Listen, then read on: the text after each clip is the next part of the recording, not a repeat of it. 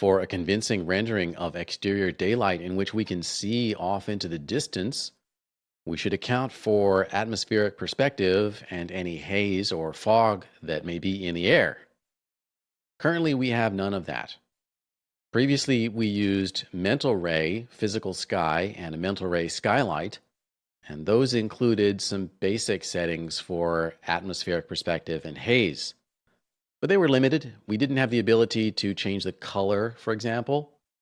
In situations such as this, in which we've got image based lighting and no haze parameter to play with, or if we're using mental ray and we want more control, then we can add environment fog to the scene.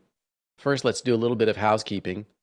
When we assigned a multiply node as our environment background, it turned white here in the view, and there's nothing we can do about that except to turn it off.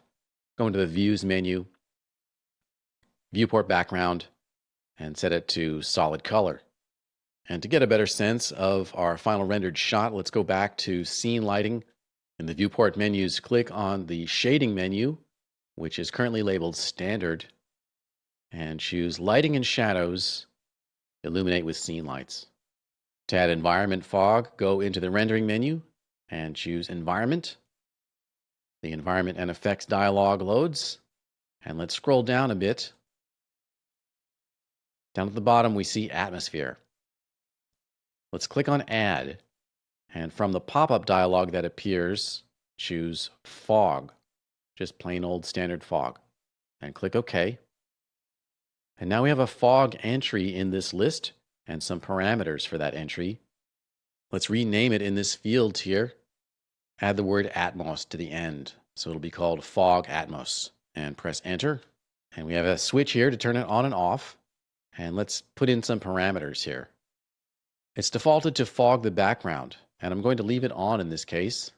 So the image that I placed into the environment will receive the fog color as well. We have two types of fog, standard and layered. Layered gives us a little bit more control over the look. I'm going to choose layered. Then the layered parameters become activated.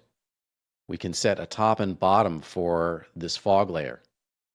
I'll set the top at 100 meters. Type in 100 and press Enter. I'll leave the bottom, and the density I'm going to turn way down to a value of only 1.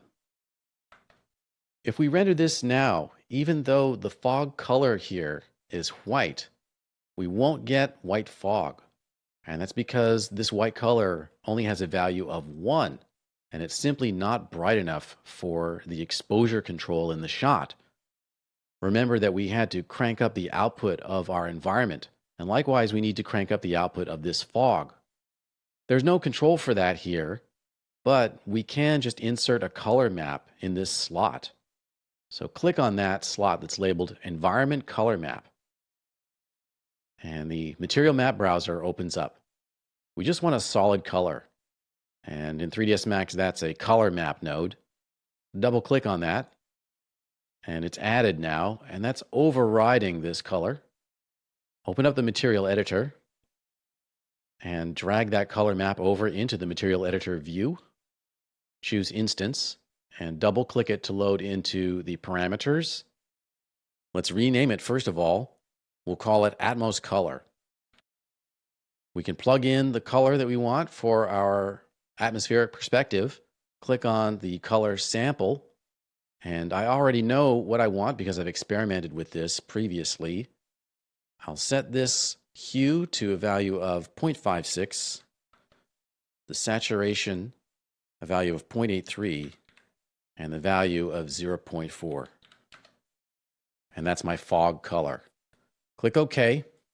We also need to change up these settings here. This node is designed to invert the gamma of an incoming node. So we don't want those settings as they are currently. Set the gamma value to 1 and turn reverse gamma off. And now this color will more or less be represented in our fog Atmos layer.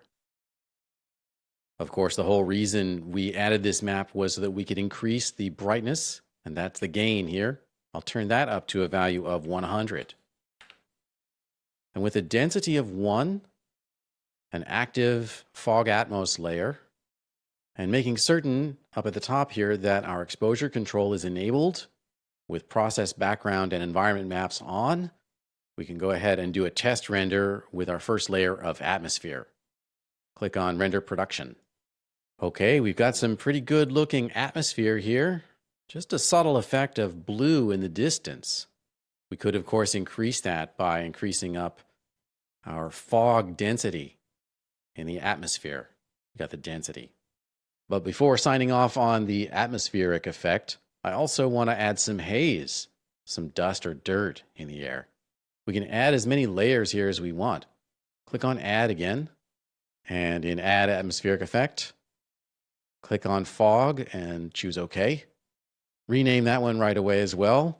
I'll call it Fog Haze. Press Enter. And it's also active. And we can select each one of these entries here in the list and see its parameters. Selecting Fog Haze, I'll plug in some similar values.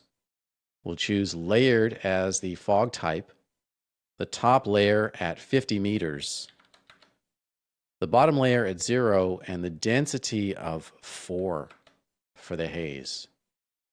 We also need to provide a color for the fog, and once again, we need to go beyond the range that's available in this color swatch. Back in the material editor, I'll make a clone of the Atmos color map. Hold down Shift and drag to copy it, and then double click to select the copy and rename it Fog Haze. All these parameters are set the way we want. All we need to do is change the color.